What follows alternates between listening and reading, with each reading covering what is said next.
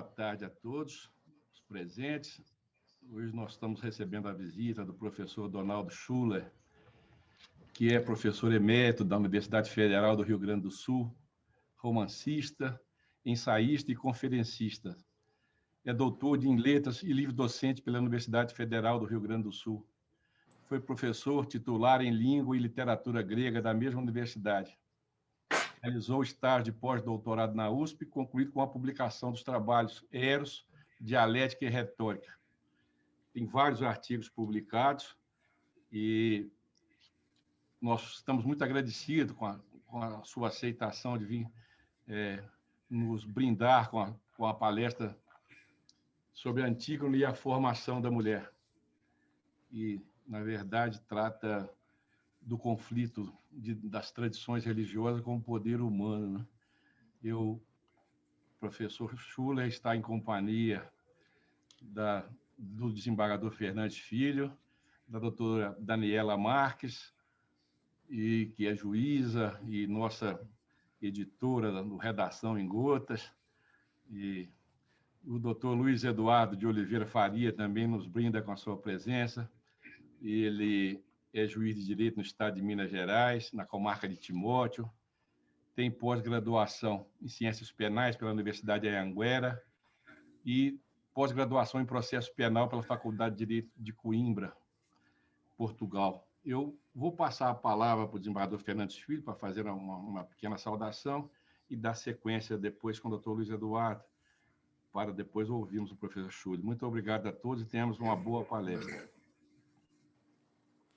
Muito bem, meus companheiros de responsabilidade nessa hora tão inquietante para todos nós sobre quaisquer aspectos, seja pela tragédia presente na peça teatral Antígona, seja pela realidade que nós todos estamos vivendo, a realidade universal no mundo, com essa pandemia, está entendendo, que realmente realmente trouxe uma reviravolta, está entendendo, dos nossos hábitos, dos nossos costumes. Mas hoje, professor Donaldo Schuller, eu estou muito feliz de poder estar aqui, porque quero ter a alegria, tá entendendo, de ouvi-lo a dizer como é que, diante dessa tragédia e dessa dualidade, tá entendendo, entre o direito natural e o direito dos homens, o nosso direito positivo, como que nós vamos descobrir a maneira de ajudar na formação da mulher, que, no caso, é Antígona, uma das duas filhas de Édipo, depois, está entendendo, da grande e dramática situação dos dois irmãos, o primogênito e o outro, o primeiro se recusando a passar, está entendendo, o governo para o seu irmão, e a Antígona, a primeira, mais velha irmã, todas filhas de Édipo, está entendendo? O primeiro se recusando a passar os irmãos e tudo acabando, como nós sabemos, numa luta reciprocamente fratricida. Eu gostaria muito de sair daqui, professor, e tenho certeza de que estou habilitado a sonhar com essa possibilidade, que o senhor vai nos trazer aqui com a sua experiência, com a sua sabedoria, com a sua cultura, vai nos trazer aqui uma estrada de esperança tirada dessa peça dramática que é Antígona. Seja muito bem-vindo entre nós. Minas está muito agradecida com a sua participação, o nosso tribunal com mais razão. E no início da nossa conversa aqui, antes do início dos debates, o senhor nos disse, permita-me chamá-lo de senhor e não de Vossa Excelência, que eu acho Me chame de você. Exato. Não, chama Andrei como devo de senhor.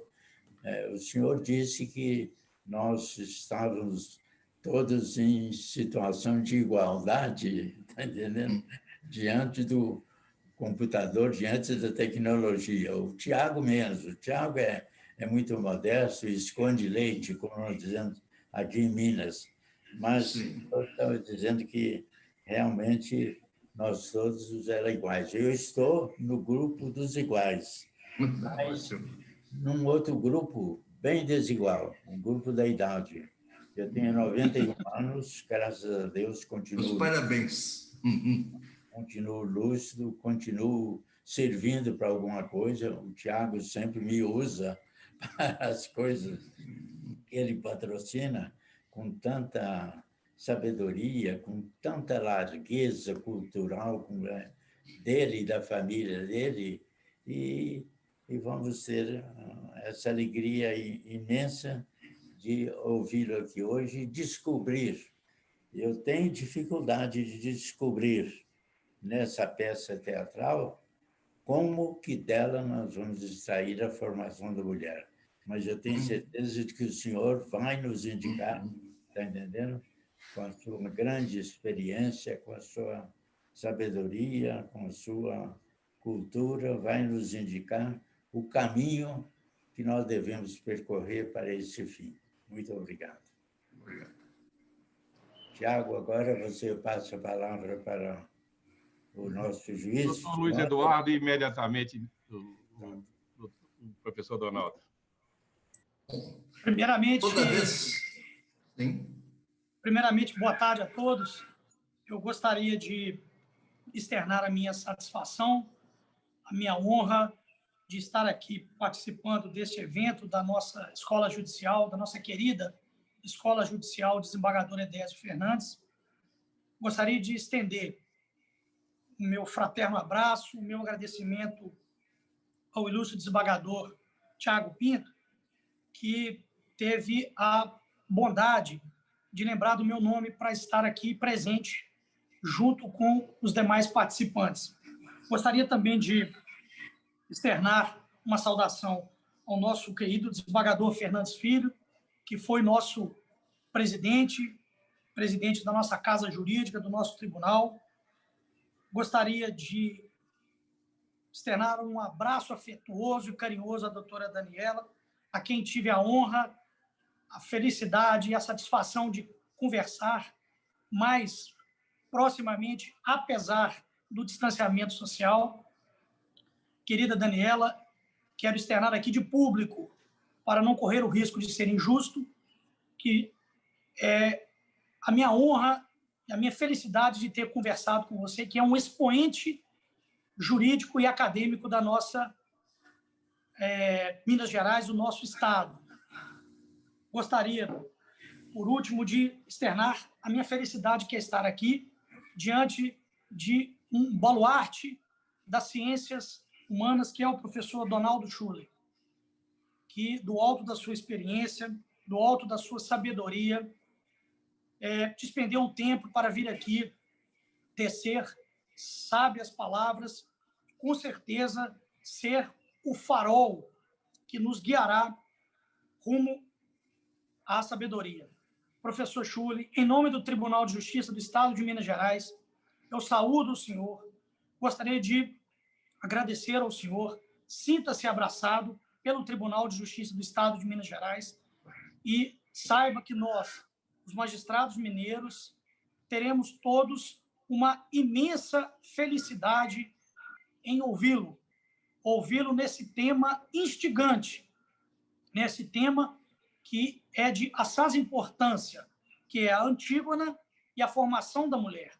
A mulher que ocupa um papel proeminente na nossa sociedade, uma mulher que hoje é cada vez mais protagonista, e tenho certeza que o senhor saberá trazer para nós o gancho entre a história grega e a mulher de hoje. Professor Donaldo, eu passo a palavra ao senhor com extrema felicidade. Fique à vontade. Muito obrigado, agradeço muito as palavras de afeto e o sentido, porque eu fui aluno, tive o privilégio de ser aluno do professor Guilhermino César, que pertenceu ao movimento modernista de Minas Gerais. E o professor Guilhermino César significa muito na minha vida. Toda vez que eu entro em contato com Minas Gerais, e a primeira vez que entro em contato com Minas eletronicamente, a minha presença pessoal, eu senti o afeto dos mineiros e é um contato realmente comovente. Eu agradeço muito porque a eletrônica não impediu de voltar a sentir a mesma emoção de estar com mineiros. Então, vamos ao tema que nos preocupa. Aliás, essa questão da formação da mulher foi levantado por uma mulher, por Simone de Beauvoir, no livro O Segundo Sexo, um livro que apareceu nos primeiros anos da década de 40 do século passado. E é um livro revolucionário. Simone de Beauvoir, inclusive, as palavras são delas, ela diz: a gente não nasce mulher, a gente devém mulher. Eu digo a gente porque em francês é on n'est pas femme, on le devient. Muito bem. Então, esse devient francês a gente pode traduzir por devém em português, ou então por tornar-se mulher. Então, enfim, ela diz o seguinte: a mulher não existe, a mulher se forma, ou então a mulher se torna. Ora, essa situação, ela analisa dentro do livro, deve se compreender dentro das reflexões que ela faz sobre o Homo Faber. O Homo Faber, que está no início da formação do homem e acompanha o homem em todas as suas etapas. Ora, o Homo Faber é o homem que fabrica. Ele tanto fabrica instrumentos como fabrica obras de arte e fabrica a sociedade em que vive. Então, Simone de Beauvoir diz: a mulher, sendo Homo Faber, é uma mulher que se fabrica. Agora, o que significa isso? Isso tem uma série de consequências, inclusive isso pode se relacionar com Sartre, que antepôs a existência, a essência. Ele diz que a existência vem depois, a essência vem depois da existência. Isso já muda todo o quadro do pensamento até então, porque, enfim, nós éramos dirigidos por essências, desde as essências, as ideias platônicas. Pois bem, essas essências, ou então essas ideias, elas desapareceram principalmente, então, a partir de Nietzsche, e Sartre projeta a essência para o futuro. Então, a mulher está no futuro, como todo o nosso projeto de vida está para o futuro. A nossa atenção se voltou para o futuro. Toda a nossa civilização se voltou para o futuro. Deixamos de imitar modelos passados e nos voltamos para o futuro. Pois bem, qual a importância que essa reflexão contemporânea tem sobre Antígona?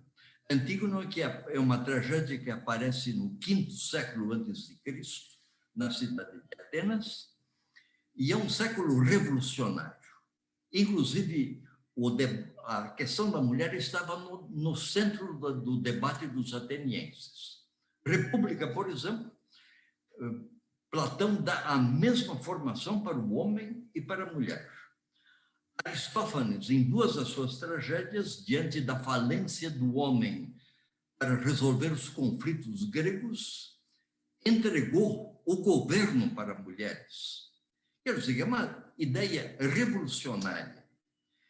E Sófocles, que pertence a este mesmo contexto, escreve Antígona. Então, o que acontece na Antígona? Na primeira cena de Antígona, aparecem duas mulheres Antígona e a sua irmã Ismene em espaço público. Ora, este espaço público, para a mulher da época, era um espaço proibido. Quem chama Ismene para fora do palácio é precisamente Antígona. E aí temos que entrar na arte de Sófocles, que se centra também no nome das personagens. O nome das personagens Antígona e Ismene. Ismene é composto da palavra grega isos, que significa mesmo, e mene, do verbo meno, que significa permanecer. Então, Ismene é aquela que permanece a mesma. E Antígona, nós temos o prefixo anti, é contra. Antígona nasce contra. Contra o quê? Contra a sua situação secundária dentro da sociedade. O que discutem essas irmãs? Discutem o fim de uma família. Édipo tinha morrido, Jocasta tinha morrido, os dois irmãos, Polinice e Eteocles, tinham morrido. Restam duas mulheres, restam elas. Quem assume o poder? Um tirano, Creonte, e Creonte faz um decreto autocrático. Ele decreta, sem consultar o povo. Isso é muito importante, porque Atenas é uma cidade democrática. Eteocles não consulta ninguém e decreta que Eteocles, o defensor da cidade de Tebas, receba homenagens fúnebres, recusadas a Polinice, agressor de Tebas, para tomar o trono. Muito bem. Antígona, a nascida contra, diz o seguinte: contra quaisquer razões políticas, justas ou injustas, eu vou sepultar o meu irmão. Quer dizer que aí está a mulher que nasce contra. Ismene permanece dentro do modelo, e inclusive ela o diz: enfim, nós somos mulheres, somos fracas, o que nós podemos fazer contra decretos de homens? Estas objeções Antígona não reconhece. Ela nasce contra, age contra. Agora, entenda-se esse nascer contra. Se nós nos transformamos, nós nascemos a cada momento. Quer dizer que permanecemos os mesmos, ou então nascemos contra a todo momento. Isso não se dá de uma vez para todas, de uma vez por todas. Aí o processo de formação, esse nascer contra, é uma decisão que deve se fazer. Pois bem, aí Antígona efetivamente inventa uma mulher que não existe até aqui. Esse nascer contra. O que faz o tirano, o que faz Creonte, ameaça de morte. Ela enfrenta a morte. Ela saúda a morte. A morte é um processo de renovação. Como viver num estado que tira todos os privilégios de uma categoria de homens? Antígona diz o seguinte: espero encontrar no outro mundo condições de vida melhores do que esta. O que interessa é viver num mundo em que não se pode ser aquilo que a gente deseja ser. Quer dizer que para esse tipo de mulher não havia modelo. Antígona se inventa contra todas as dificuldades, se inventa contra a morte. E Antígona é noiva do filho do tirano, de Hemon. Creonte recomenda a seu filho que ele vá lavrar outra terra. É uma expressão totalmente ofensiva, como se Antígona fosse uma terra a ser lavrada. Então, de uma terra a ser lavrada, Antígona se rebela contra esta situação em que a sociedade a colocou. Agora, veja essa importância da obra de arte. Isso é contra todos os padrões jurídicos de Atenas. A mulher, pelo direito ateniense, estava na situação dos filhos menores. Isso significa que, quando aparecia em público, ela teria que ser representada por um homem, seja pelo pai, pelo tutor, por irmão, quem for. Os interesses dela eram defendidos em público pelo homem. Pois bem, não existem mais homens, ela está completamente só. Ela se inventa sem modelo, inclusive enfrentando a morte e estabelecendo da morte um elemento positivo, um elemento de renovação, uma possibilidade de ser diferentemente do que é. Pois bem, essa é a situação, grosso modo, da tragédia de Sófocles. Agora, a situação estava em discussão em Atenas. Quem está nessa discussão é um dos pensadores da maior relevância, Aristóteles. Aristóteles na política. Aristóteles confina a mulher ao espaço privado e reserva o espaço público ao homem. Por quê? Por uma teoria totalmente racional. Ele diz o seguinte: a mulher é dirigida pelos afetos, o homem dirige-se pela razão, logos. Para Aristóteles significa a palavra racional, a palavra pública, a qual a mulher não tem acesso. Então, teoricamente, agora veja, eliminem-se todos os elementos de repressão, opressão, que for. É uma questão puramente teórica, é uma questão que deve ser teoricamente refletida. O que diz Aristóteles? O discurso público é um discurso masculino, e a mulher não ingressa na vida pública porque não domina este instrumento. Esse argumento é fortíssimo, é tão forte que repercute numa outra obra fundamental no século XX, que é A Condição Humana, de Hannah Arendt. Hannah Arendt subscreve as palavras de Aristóteles. Ela diz, efetivamente, a mulher, o espaço público é um espaço masculino, o que a Simone de Beauvoir também já tinha dito. A Simone de Beauvoir diz que o espaço público é um espaço masculino. Ela examina, então, minuciosamente a situação, uma obra de dois volumes em que ela acompanha essa questão desde a formação da divisão de masculino e feminino na vida animal. Enfim, a conclusão de Simone de Beauvoir: o espaço público é masculino porque o discurso público é masculino. Ora, isto se tem experiência disso. Evidentemente, o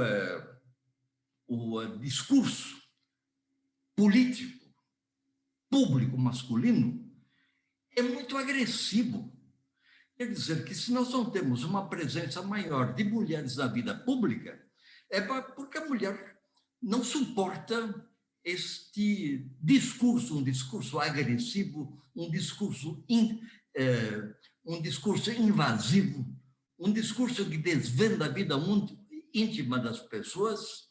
Enfim, este é a característica do discurso político, inclusive presente em políticos de proa, tanto no Brasil como no exterior, de uma agressividade total, inclusive de uma agressividade irracional, que constitui o espaço público, que elimina, portanto, a mulher.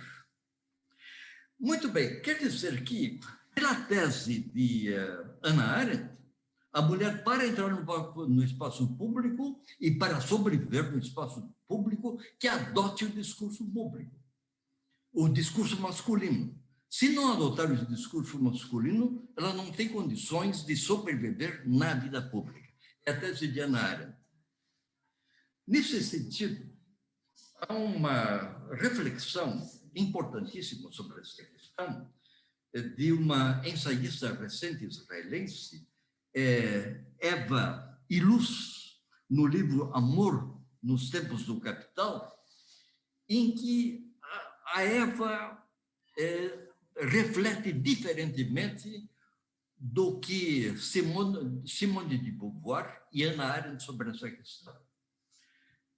Ela subscreve, para caracterizar características femininas, que a mulher tem uma afetividade, um interesse pelo outro, um cuidado pela vida, de estabelecer relações que o homem efetivamente não tem. O homem é muito mais agressivo do que a mulher. Muito bem. Ao contrário de Simone de Beauvoir e de Hannah Arendt, Eva Illouz diz o seguinte: a mulher deve preservar esta afetividade. Essa afetividade deve ingressar na vida pública, porque essa afetividade muda a vida pública. E sobre isso se deve refletir. Ela disse o seguinte, o título do livro dela é O Amor na época do capitalismo, nos tempos do capital. Ela diz o seguinte: do princípio, os empresários eram capitalistas agressivos, foram substituídos por engenheiros.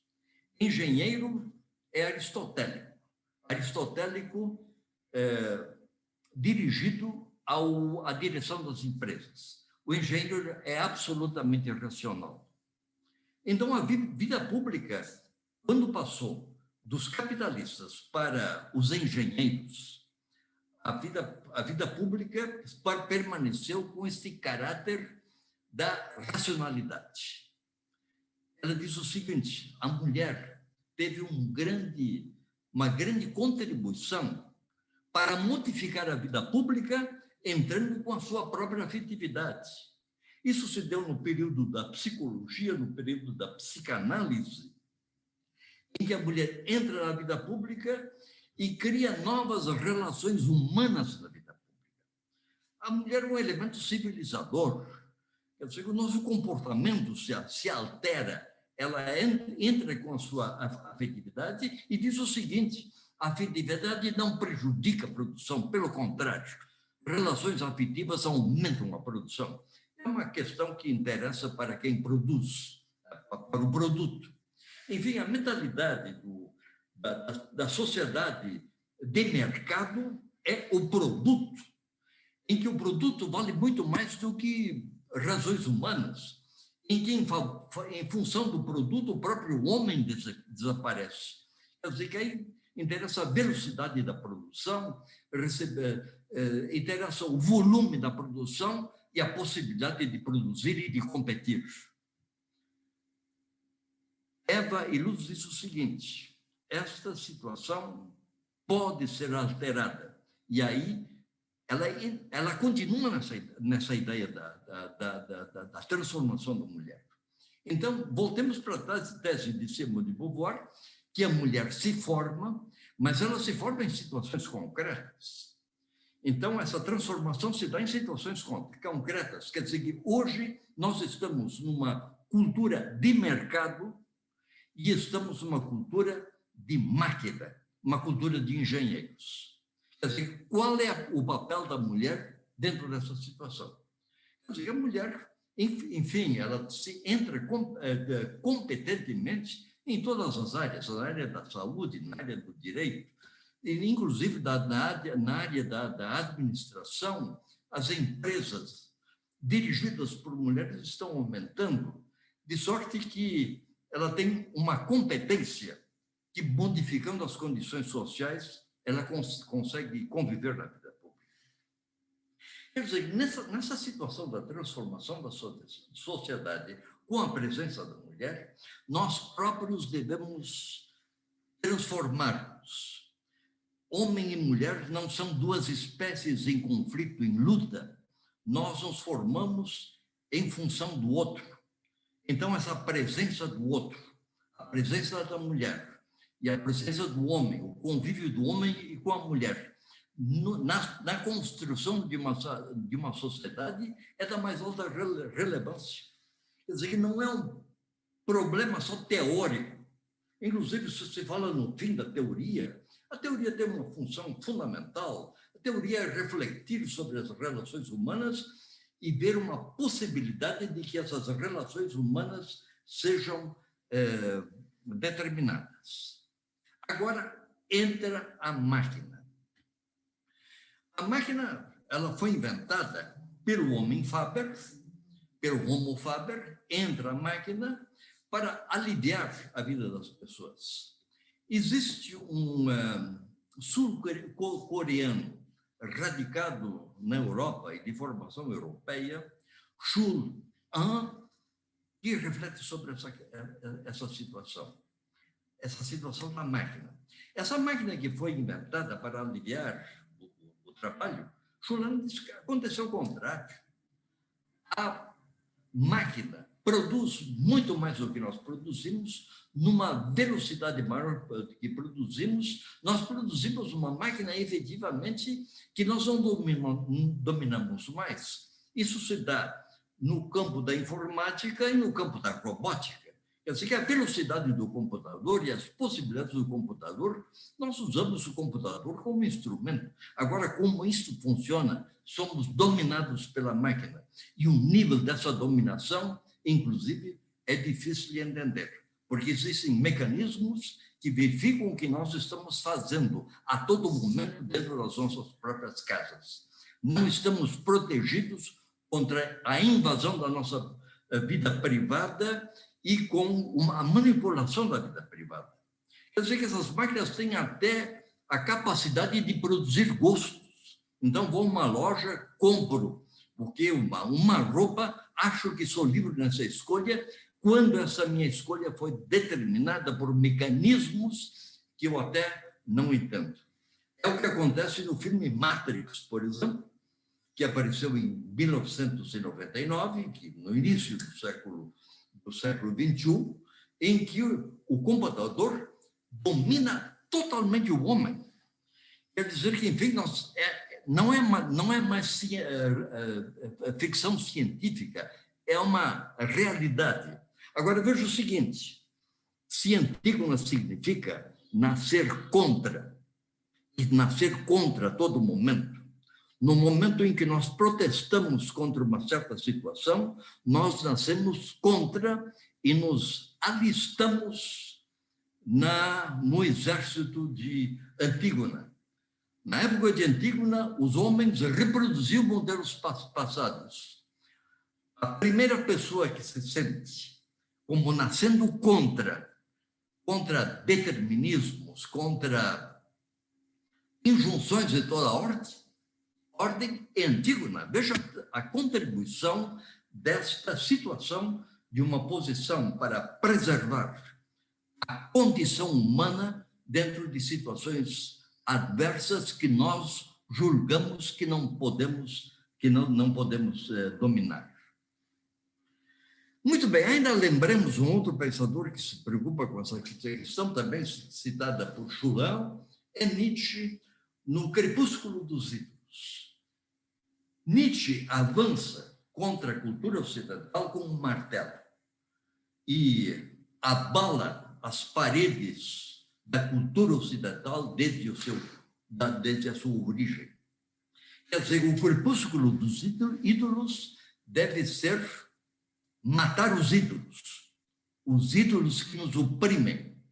E toda vez que se homenageia alguém nessa passagem do passado, impensadamente, nessa submissão de um pensamento de quem quer que seja, nós deixamos de nascer contra para sermos esmagados por ídolos. Nietzsche, derrubem seus ídolos. Chegou o crepúsculo dos ídolos. Esse crepúsculo dos ídolos não é um processo natural. Não teria sentido. Nós nos distanciamos da natureza. Mas é um ato em que os ídolos deixam de ter a importância que tiveram. Ídolos sempre haverá, em todos os campos. No campo do pensamento, no campo da política, seja onde for. Mas importa que aqueles que atirem consciência da sua situação humana, que derrubem ídolos. Quer dizer, toda vez que a gente toma uma posição pensada. Se isso leva a êxito, não leva a êxito, não importa. Mas uma posição responsável. Nós nos colocamos nessa situação de nascer contra. Pois bem, estamos numa civilização em que estamos subordinados a forças que nós não sabemos dominar, a valores que não são valores nossos, a valores, inclusive, que entram no linguajar popular e que foram ditos numa certa ocasião com muita seriedade: tempo é dinheiro. Então, eu me sinto útil só quando produzo dinheiro, quando ganho dinheiro e quando gasto dinheiro. Sou reduzido a produtor e a consumidor. Inclusive, esse raciocínio é um raciocínio generalizado nas economias ocidentais. O que interessa é o consumo. A planta que eu planto no meu jardim, o pé de alface que eu planto no meu jardim, não tem valor econômico nenhum. Ele adquire valor econômico se entra no supermercado e o compro no supermercado. Quer dizer que esse é o pensamento mercantilista, o pensamento da economia, enfim, da economia de troca. Pois bem, agora, qual é o martelo que se deve vibrar? O Schulhan recomenda que se ataque a máquina, quer dizer, essa máquina que nos domina. Quer dizer que a máquina é uma invenção fantástica que nos permite, por exemplo, essa comunicação, mas existem elementos opressores da máquina. Se a máquina nos oprime, derrube-se a máquina. A máquina tem poderes do que todos os ídolos que já foram inventados pela humanidade. Quer dizer, se essa máquina nos domina, é o momento de nós nascermos contra. Agora, nascer contra o como? Por exemplo, por uma situação que não tem valor econômico nenhum, pelo ócio. Ócio. De ócio se deriva negócio. Negócio é a negação do ócio. Quer dizer que nós nos valorizamos se nos sentimos homens de negócio. Schulhan lembra que nós devemos valorizar o ócio, que se faz no ócio. Se nós não temos ócio, se nós estamos cansados, e se voltamos para as nossas casas depois de uma jornada de trabalho cansados, nós não temos tempo para o ócio. Mas no ócio nós elaboramos, no ócio nós pensamos, no ócio nós produzimos a arte, nós consumimos a arte, que são coisas absolutamente inúteis. Mas no ócio é que nós somos homens. Quer dizer que valorize-se o ócio. Ou então, Macunaíma, brasileiramente ócio é preguiça. O que faz Macunaíma? Aplaude a preguiça contra o trabalho e a exploração europeia que devastou a América, que devastou o mundo, continua devastando a África. Enfim, essa devastação absolutamente racional, uma devastação do negócio. Contra o negócio, ócio, opção pelo ócio. Muito bem. E aí, então, já falei bastante, para concluir e para trazer um elemento positivo nessa situação, inclusive na situação da fala, começamos pela fala, é o processo da narração, é a questão da narrativa. Enfim, o que faz a narrativa? A narrativa faz ligações. Existe um outro filme importantíssimo sobre essa situação, que é o Dogville, do Lars von... Isto, perfeito. Enfim, o Dogville, o que aparece no Dogville? No Dogville existe uma população em que vivem pessoas em um espaço absolutamente visível, mas pessoas que não se conectam. Muito bem. Então, tem um jovem narrador, candidato a romancista, que, tomado pela sua própria cultura, pela cultura do isolamento, apesar de uma visibilidade total, não realiza não chega a ser romancista. Qual é a função da narração? Refletir sobre a condição humana e refletir sobre as conexões. Enfim, agora nós vivemos numa cidade universal, numa polis universal. Quem reflete sobre isso, sobre Castoriadis, um pensador grego radicado na França, que já morreu, mas ele produziu uma obra importante que é O Mundo Esfacelado, Le Monde Morcelé. Muito bem, nós estamos agora nessa comunidade global esfacelada em múltiplas culturas. O nosso problema é o seguinte: como é que nós nos conectamos com essas nossas culturas? Quer dizer que, enfim, para estabelecer uma união dessas culturas, é pelo mercado ou existem possibilidades de aproximações humanas? Muitos conflitos, conflitos que matam centenas de milhares de pessoas, é sobre uma incompreensão total. Não se estabelece diálogo. Nós optamos pela força, para resolver a situação pela força e não, enfim, pela narração, em que se narram os nossos problemas. Nós não temos mais nem espaço para nós narrar os nossos problemas. E aí não existem fórmulas prontas, não há modelos. A gente pergunta qual é o sentido da vida. Eu posso responder: a vida não tem sentido nenhum. Com Simone de Beauvoir, a mulher se forma, a mulher não existe modelo, ela se forma. Quer dizer que o sentido é o sentido que eu dou à vida, porque não existe nada na natureza que produza um sentido humano. O homem se separa da natureza e produz sentido ou não. Havendo falta de sentido é que nós não sabemos criar sentidos. Esses sentidos se criam narrando. Quer dizer que a narrativa tem uma função pragmática, quer dizer, de ação. Ela age sobre a sociedade, age sobre o homem e reflete sobre o passado. Nós estamos refletindo a condição humana, se ficamos em Sófocles desde o V século a.C., ou se vamos para Simone de Beauvoir, desde que apareceu a vida, desde que a vida se dividiu em masculina e feminina.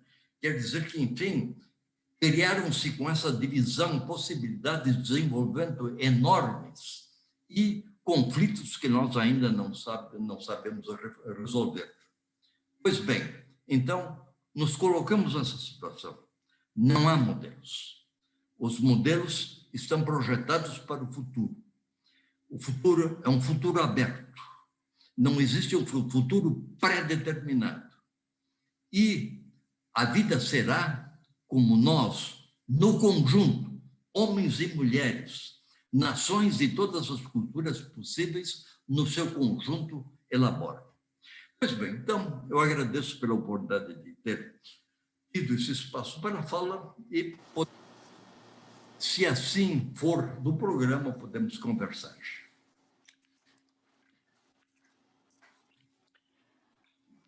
Professor Donaldo, eu confesso ao senhor que as palavras que o senhor nos apresentou provocam emoções múltiplas nos seus ouvintes. Realmente são palavras que transformam nossas visões e nossas percepções da realidade. Eu tenho uma problematização central a fazer ao senhor e gostaria que o senhor nos colocasse suas percepções a partir do que eventualmente colocarei ao senhor, mas temos que ser cavalheiros. E nesse espírito cavalheiro, em homenagem à nossa querida doutora Daniela, eu vou deixar a palavra com ela para que ela possa tecer as suas considerações, as suas observações e as suas problematizações. Doutora Daniela, querida professora Daniela, eu passo a palavra à senhora para as suas ponderações.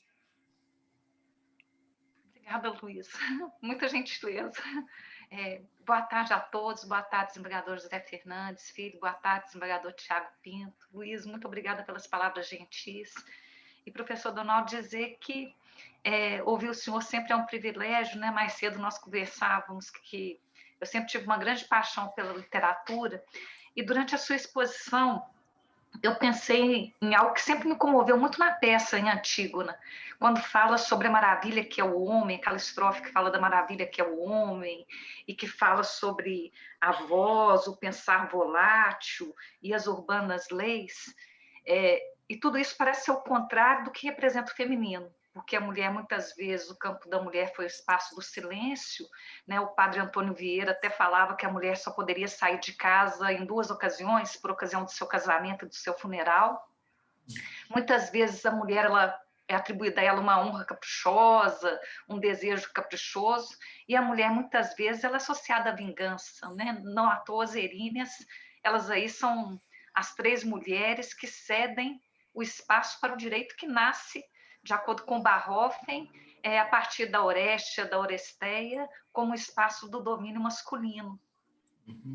E eu fico pensando, qual seria o papel, então, da mulher? A mulher que sempre vela pelo nascimento e sempre vela pela morte, o espaço dela é ainda o espaço público? Como que ela vai se apropriar dessa palavra que sempre foi masculina e que cada vez mais é áspera, talvez grosseira, talvez menos sutil? Como ela vai se afastar de um campo que não a torne talvez uma mera repetidora de tudo aquilo que já foi feito, de tudo aquilo que já foi pensado, e que seja, e que não a transforme talvez numa mulher que foi um exemplo para várias mulheres, mas que é uma mulher que se corrompeu, por exemplo, como eu penso em Eleonor de Aquitânia, mãe de reis e mulher de reis. Eu até me lembro do filme com a Katharine Hepburn, O Leão no Inverno. Eu acho um dos grandes filmes aí da história de Hollywood, mas ela é uma mulher que se faz amarga para lutar pelo poder. Então, qual seria a saída? E a outra pergunta é que nós vivemos num mundo aberto, num mundo em que não há limites, num mundo em que nós perdemos a palavra e cada vez mais assumimos aí os dados, né? O Michel Serre, ele fala da pequena polegarzinha, né? Da polegarzinha que só fica digitando o tempo inteiro. Como recuperar a palavra? Porque é a palavra que nos torna humanos, né? A palavra é um instrumento do direito, é um instrumento da civilização, é um instrumento do afeto. Nós temos um mundo com muito barulho, sem limites, de uma maneira áspera e destituída de sentido. Como tornar esse mundo um mundo infinito, no sentido de permitir um multiplicar das potencialidades humanas, da beleza, da música, do canto e da poesia. É isso. Obrigada. Bom, a sua pergunta é instigante, está muito bem fundamentada e devemos considerá-la como princípio de uma reflexão. Pois bem, então eu me atenho, pelo espaço que possuímos, a uma pergunta sua: qual é a saída? Muito bem. Agora, veja, a saída é uma que se deve inventar. A saída não é dada. Inclusive, a situação de Antígona, não há saída. E foi a posição de Ismênides: olha, não há saída. Antígona diz: olha, não me importa, eu faço o que eu acho que eu devo fazer. Quer dizer que inventar é complicadíssimo. Outra situação: não me cabe dizer como é que a mulher deve ser. Essa pergunta é uma pergunta que cabe à mulher. Inclusive, alguns homens formularam a resposta e respostas limitadas. Tomemos a resposta de Freud. Freud fala da mulher no início do século XX. Freud destina a mulher à maternidade. Ele diz que a mulher se realiza como mãe. Agora, veja o limite. Existem mulheres que não desejam ser mães. Existem mulheres que não querem ser só mães. Mulher que quer pintar, que quer dançar, que quer cantar, que quer escrever, que quer pensar, que quer viver ociosamente quando está sobrecarregada de serviço de manhã até a noite com as suas funções domésticas. Muito bem, agora, como é que eu posso dar um modelo para a mulher? Aí o ócio. No ócio deve-se criar essa situação. E aí, o nome de Antígona, de nascer contra. Essa não é uma situação que se resolve de uma vez para todas. Como nós estamos num mundo em contínua transformação, de uma transformação que se acelera, essa questão deve ser pensada a todo momento. Quer dizer que a todo momento nós nos equivocamos com conceitos. Daí a narrativa. É melhor narrar do que criar conceitos. Conceito fecha, a narrativa abre. Então, aproveitemos essa abertura para inventar. Agora, se nós nos sentimos perplexos pela abertura, por um excesso de liberdade, então a culpa é nossa. Aí a responsabilidade. Sou responsável pelos meus atos. Responsabilidade vem da onde? De responder. Sou responsável quando respondo a realidades concretas. Pois bem, então, a saída, para não ficar no conceito, está nesse exercício da responsabilidade, de efetivamente assumir a responsabilidade pelo futuro, pelo meu destino, e não atribuí-lo a forças que me são alheias para me construir e me construir com os demais. Isso, para responder, eu também devo ficar atento ao que se diz. Quer dizer que isso não pode ser uma resposta individual, é uma resposta em construção contínua, em que a colaboração do homem e da mulher é fundamental.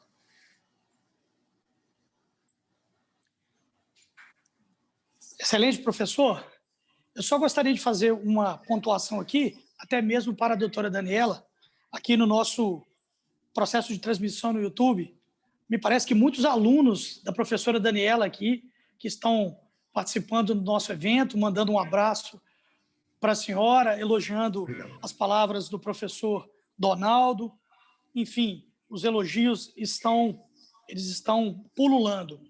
Professor, professor, eu gostaria de fazer uma ponderação, uma dúvida que me surgiu quando me foi colocado pelo nosso querido desembargador Tiago Pinto para participar desse evento.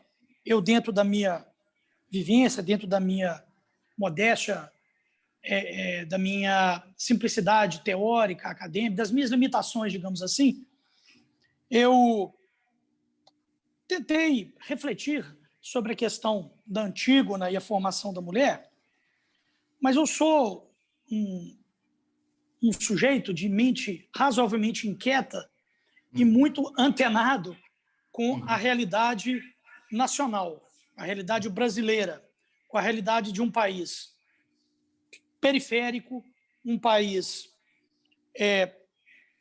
sul-americano, submetido a todo e qualquer tipo de mazela típica de um país que foi inserido ao longo do processo histórico num sistema colonial que foi regado aí pelo machismo, pelo patriarcalismo e pelo sistema escravocrata que ocasionou esse país que nós somos hoje. E dentro desse contexto, professor, eu pensei, enfim, por que não trazer a Antígona para a realidade brasileira, dentro de uma ideia de uma Antígona brasileira? Sim. Como pensar numa Antígona à brasileira? Sim. E quando eu faço isso, eu penso numa Antígona negra, pobre, periférica, submetida a todo e qualquer tipo de violência institucional, submetida a todo e qualquer tipo de machismo.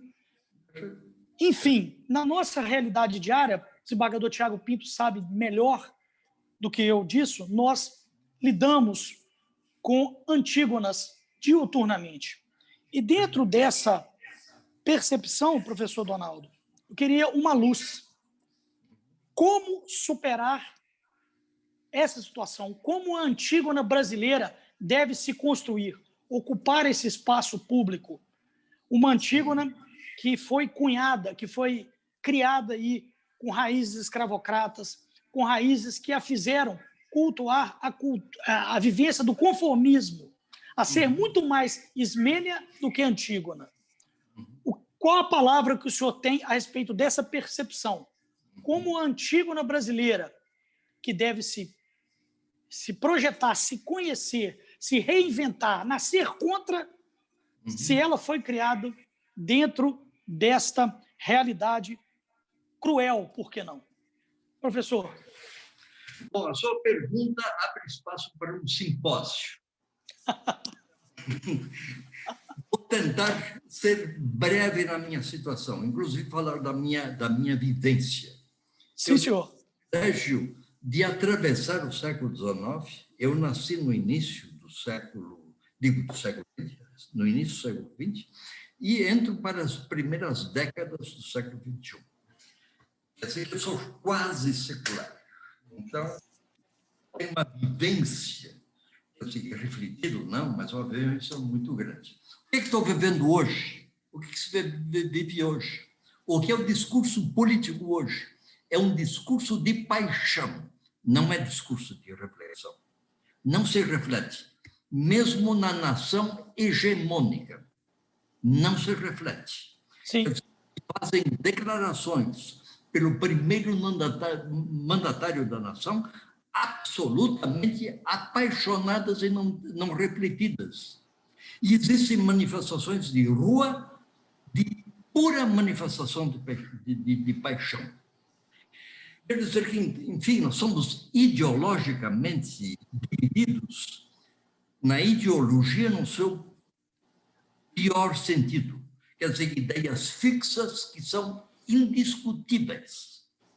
Quer dizer que se eu pretendo falar politicamente com alguém, é difícil encontrar um interlocutor, porque bato em paixões. Quer dizer, a paixão não permite refletir. Quer dizer que a paixão divide, a paixão cria inimizades, hostilidades, rompe. Quer dizer, nós deveríamos, então, voltar a ser humildes. Humildes como Sócrates. Sócrates disse uma coisa que eu sei que não sei nada. Hoje, quando eu falo, só falo com pessoas que sabem tudo. Com essas pessoas não posso. Quer dizer que estou procurando um homem que não saiba nada como eu não sei nada. Quer dizer que nós partimos desse nada, do nada, para nos inventarmos, esse é o ponto de partida. Quer dizer, efetivamente, como o senhor efetivamente muito bem disse, nós temos um pesado peso histórico que pesa sobre nós. Uma palavra de uma personagem de ficção de James Joyce, de Stephen Dedalus, diz: a história é um pesadelo do qual eu tento despertar. Agora, veja esse ato de consciência, de fugir desse peso de exclusão, de escravatura, de diferenças econômicas gritantes, de marginalizados, numa marginalidade que aumenta. Quer dizer que, em vez de uma inclusão, nós marginalizamos. Gostaria de falar com pessoas sem paixão, para começar a refletir. Maravilha, professor. Eu indago do ilustre desembargador Tiago Pinto, do nosso presidente, desembargador Zé Fernandes. Querem fazer alguma colocação? Fique à vontade. Bom, eu só tenho Fernandes Filho. a oportunidade que me deram para conversar E eu desejo fazer apenas uma ponderação. Eu acho, prezado colega, o juiz de Timóteo, o doutor José Eduardo, eu acho que nós já estamos nos reinventando no mundo de hoje. O que eu vejo com relação ao crescimento da influência da mulher aqui entre nós, negras, brancas, pardas, não importa, mas eu sinto uma grande esperança nessa presença feminina no nosso mundo de homens. Eu estou convencido de que nós estamos numa pré-revolução de ideias no nosso país. E essa pré-revolução está comandada hoje pelas mulheres. Vejam o resultado das eleições. Quantas estão hoje, ou estarão dentro de pouco tempo, ocupando as câmaras municipais, prefeituras, e muito mais do que isso, Senado, Câmara dos Deputados. Mas é uma presença, está entendendo? Para mim, altamente confortadora. É a presença feminina que, de um jeito ou de outro, está se inserindo na nossa sociedade para melhorá-la. É a ponderação que eu gostaria de fazer. Muito obrigado, desembargador. Desembargador Tiago, palavra do senhor. Eu estou premido pelo tempo e gostaria de ouvir o professor Donaldo Schuller, suas palavras finais, e dizer-lhe que eu, na condição de ouvinte e na condição de juiz, me pus no lugar de um personagem de Edmond Picard, romancista do direito, que viajava pelas planícies de Waterloo com um pintor, e enquanto o pintor só via profusão de cores e beleza, o jurista só via relações e contratos. A sua palestra me trouxe constantemente a questão dos limites da lei, que a peça, a tragédia da Antígona, traz para a gente. Então, é só uma colocação. O senhor nos trouxe um diálogo com a antiguidade clássica, muito atual, e permitindo que dialogássemos todos com essa realidade, e essa realidade da mulher, né? Eu gostaria de agradecê-lo profundamente e dar-lhe a palavra para que o senhor fizesse o encerramento. Encerro com Minas Gerais. Minas Gerais tem o privilégio de ser o primeiro movimento de uma vida livre desse território. E esse programa, ao qual eu fui convidado, um programa autenticamente mineiro, é um ponto de partida para pensarmos numa realidade melhor do que essa em que estamos vivendo.